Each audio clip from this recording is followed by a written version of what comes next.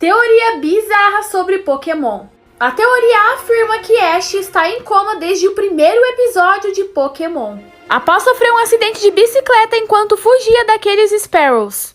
Desde então, todos os episódios do anime são sonhos reproduzidos pelo subconsciente de Ash.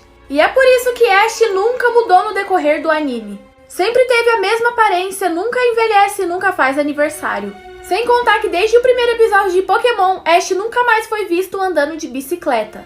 O motivo é porque ele teria criado uma fobia de bicicleta por conta do acidente. E nesse mundo de fantasia, ele optou por nunca mais chegar perto de uma bicicleta. Enquanto ele tá em coma, os médicos tratam ele com medicações muito fortes.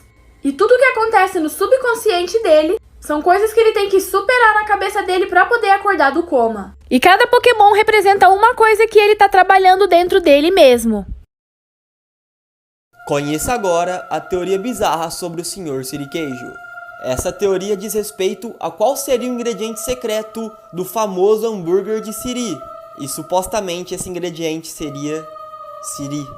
O nome já dizia tudo, como que eu nunca pensei nisso antes. Então vamos para alguns argumentos que justificariam essa teoria. O primeiro argumento seria que, como o Sr. Siriqueijo coloca sempre o dinheiro em primeiro lugar, ele não se importaria em matar criaturas da sua própria espécie para conseguir mais dinheiro. O segundo argumento seria, você já reparou que o Sr. Siriqueijo é o único Siri da fenda do biquíni? Só esses dois argumentos já dão um certo sentido para essa teoria. Mas comenta aí, o que você acha? Me siga, valeu! Teoria bizarra de padrinhos mágicos. Os padrinhos mágicos seriam nada mais, nada menos que a dor da depressão aliado ao uso de remédios tarja preta. Eles seriam os remédios Zoloft e o Prozac. No primeiro episódio é dito que os padrinhos mágicos só aparecem pra criança quando há algum problema, e que eles somem assim que o problema é resolvido. Igualzinho aos remédios que é suspenso depois da alta do paciente. E em todo episódio, Cosmo e Wanda sempre dá algum defeito com o time, que são confusões ali geradas pelos poderes do Cosmo e da Wanda. E essas confusões são metáforas para representar os abusos de antidepressivos tão recorrentes. E um dos motivos da depressão de time é que ele é constantemente ignorado pelos pais dele. E no episódio 23 da terceira temporada, os pais de Time falam que queriam ter tido uma filha e não um filho. E é por isso que Time só tem roupa rosa. Você sabia que Nemo significa ninguém em latim? Então procurar Nemo significa procurar ninguém? O filme é todo sobre um pai delirante chamado Martin, que ficou tão traumatizado por perder sua família que sai à procura do seu filho morto. Eu não gosto dessa teoria. Já curte esse vídeo e me conta o que você acha. A teoria bizarra de Peppa Pig. Existe uma teoria de que a Peppa Pig foi diagnosticada com câncer quando ela tinha 2 anos e teve que passar a maior parte da sua infância na cama. Ela precisava de cuidados constantes e supervisão dos seus pais por 24 horas para que ela continuasse viva. E os pais dela começaram a achar que ela era uma vergonha e um peso para a família. Mas um dia, seu pai não aguentou mais e teve uma ideia horrível. Ele decidiu acorrentar a Peppa na cama para que ela não saísse de lá nunca mais. Anos depois, seus pais tiveram uma nova filha que também deram o nome de Peppa. Essa nova Peppa substituiu a original enquanto ela continuava trancada no seu quarto. E se você pesquisar no Google papel de parede casa da Peppa, você vai encontrar algo assustador. A princípio não parece ter nada demais. Mas se você der um zoom, você vai conseguir reparar na Peppa original olhando sua família do lado de fora enquanto ela continua trancada no quarto. Você já parou pra pensar que a mãe da Riley poderia estar com depressão? Mas por quê? Nas cenas finais de Divertidamente, quando a gente pode ver ali quem comanda a cabeça dos pais, podemos perceber que quem comanda ali as ações é a tristeza. O pai da Riley tem distúrbios de raiva. Por isso, no caso dele, é a raiva quem comanda. E se o Ego, na verdade, for irmão do Linguini? Quê? Acompanha o pensamento. Vocês lembram da velha maluca do início de Ratatouille? Essa aqui? Vocês já repararam que ela parece muito com a mãe do Ego? Para na carinha dela. Não tá convencido? Presta atenção nos pontos circulados. Olhou? Agora olha isso. Pontos circulados. São exatamente as mesmas coisas, ou seja, a mesma casa. Agora vamos pra teoria. Um desses flashbacks é possível a gente ver a mãe do Ego junto com um homem muito parecido com o chefe Gusteau. Então a teoria diz que o Gusteau teria ali abandonado sua primeira mulher e filho para seguir o sonho de ser um grande chefe. Isso, ele abriu o Gusteau, conheceu a Renata, mãe do Linguini. O Ego cresceu uma criança ali revoltada por não ter a presença do pai, e quando ele descobriu que ele abriu o Gusteau, ele tinha fixação em destruir o restaurante do pai. O que faria muito sentido. Sabe o Remy? Vocês acham que foi por acaso que ele fez o prato favorito do chefe Ego? Pensa bem, ele morava na casa da velha maluca. Ou seja, ele sabia a exata receita da mãe do Ego, por isso que ele lembrou. Agora tudo faz sentido. A teoria bizarra de Bob Esponja. De acordo com essa teoria, cada um dos personagens do Bob Esponja representa um dos 7 pecados capitais. O Bob Esponja representaria a luxúria, por ter muito amor o tempo todo pra todo mundo. O Patrick representaria a preguiça, por isso que ele dorme toda hora. O Lula Molusco seria a ira, porque ele tá sempre irritado e mal-humorado. O Plankton seria a inveja, sempre querendo coisas que ele ainda não tem. O Seu Siriguejo representa a ganância, isso porque ele tem um amor excessivo pelo dinheiro. A Sandy, então, representaria o orgulho, e o Gary seria a gula, o pecado por comer demais. Teoria sobre Coraline. Podemos reparar que o Sr. Bobinsky é o personagem mais diferente de todos os outros personagens do mundo de Coraline. Ele é o único personagem com a cor da pele azul. O corpo dele tem características anormais. Braços e pernas extremamente finas e barriga inchada que não parece ser gordura. De acordo com o diretor de Coraline, o Sr. Bobinsky tem 55 anos e é russo. O mais curioso é que ele possui uma medalha no peito. Essa medalha foi dada para aqueles voluntários que ajudaram os infectados da radiação de Chernobyl. A teoria afirma que depois que Bobinsky ajudou em Chernobyl, ele se mudou para os Estados Unidos para ficar mais protegido da radiação. Porém, ele já tinha sido atingido pela radiação. A radiação atingiu a pele dele, tornando-o azul, e atingiu sua barriga, que ficou inchada.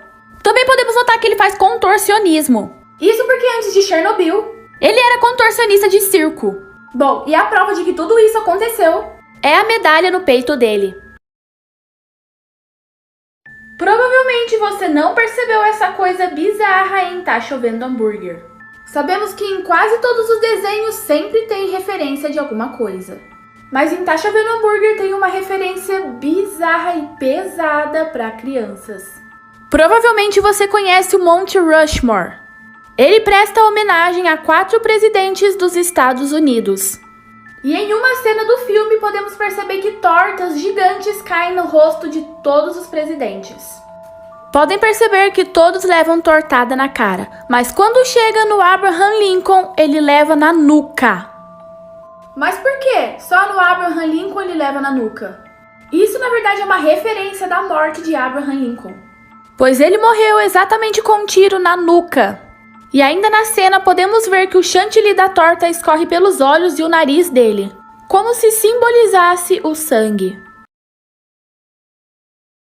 Teoria sobre Shrek. Bom, por acaso você já reparou que a Rainha Lilian, o Encantado e o Arthur são super parecidos? Isso não é apenas uma coincidência. A teoria afirma que os 3 são parentes. Para começar, o Arthur nunca fala o porquê o seu pai o abandonou. Segundo a mitologia, o seu pai seria o Anther Pendragon, o irmão da Rainha Lilian. A teoria afirma que Anther teria tido outro filho antes de Arthur, que seria o Encantado, que também acabou abandonando ele. E por esse motivo o Encantado se intitula como príncipe, porque a fada madrinha contou a ele quem era seu pai, um rei. Então, Arthur e Encantado são meio-irmãos. E segundo a essa conexão, os 2 são primos da Fiona.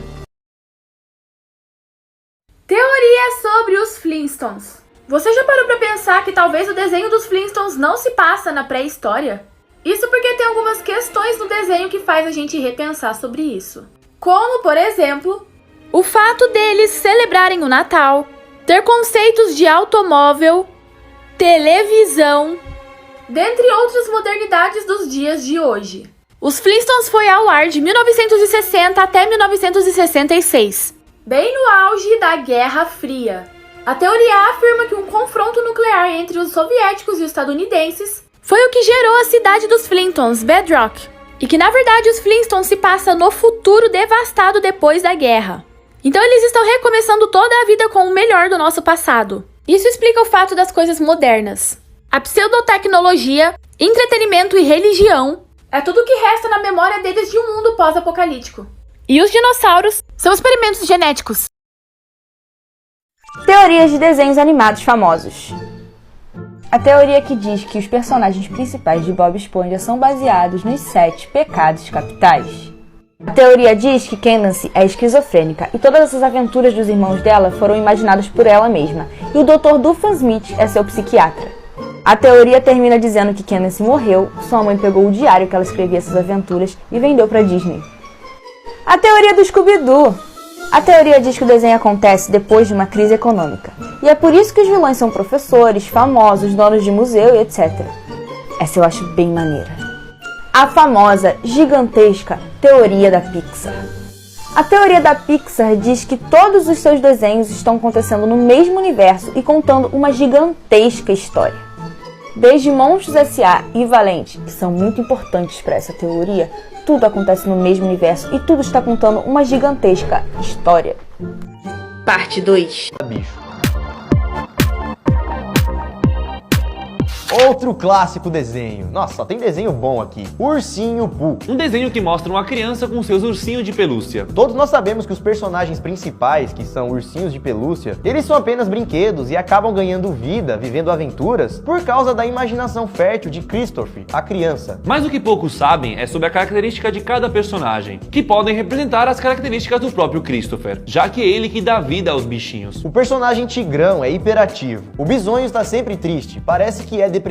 O Leitão, galera, é ansioso e muito paranoico. E o Ursinho Pooh é o mais ingênuo e também bastante guloso, quer comer toda hora. A Bel, o coelho, tem sinais de toque, o mais chato da turma, digamos assim. E o Corujão é disléxico, não entende nada. Claro, galera, que são características para diferenciar cada personagem. Isso acontece em todos os desenhos animados. Mas como esses personagens são na verdade criação de Christopher, tudo indica que cada característica de cada personagem seja na verdade um pouco da personalidade do próprio Christopher, Que fez esses bonecos assim para poder combinar com ele. Pink e o Cérebro, o burro e o esperto.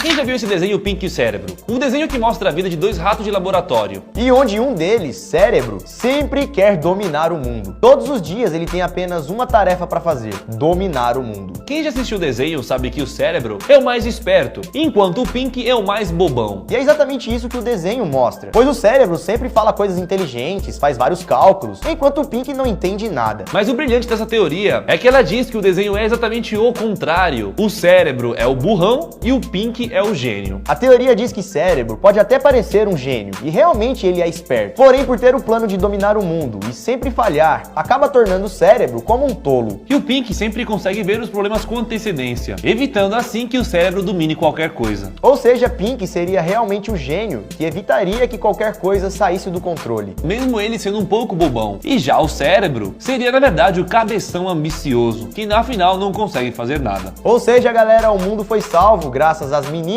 quer dizer, graças ao Pink. Senão o Cérebro já teria dominado o mundo. A teoria bizarra de Marcia e o urso. Marcia nasceu em uma família super normal, mas a família começou a notar que tinha algo de errado com ela. Pois a menina com 3 anos de idade batia em todo mundo e quebrava tudo. Então quando ela completou 5 anos, seus pais resolveram pôr ela para adoção. Mas como Marcia tinha problemas mentais, ela acabou fugindo do orfanato assim que teve uma chance. Ela acabou então parando numa floresta e continuou maltratando e batendo nos animais. Todos os animais morriam de medo dela e fugiam dela. Até que ela encontrou um urso na floresta, então ela jogou uma pedra nele. E então o urso foi pra cima dela pra se defender e assim matando Marcia.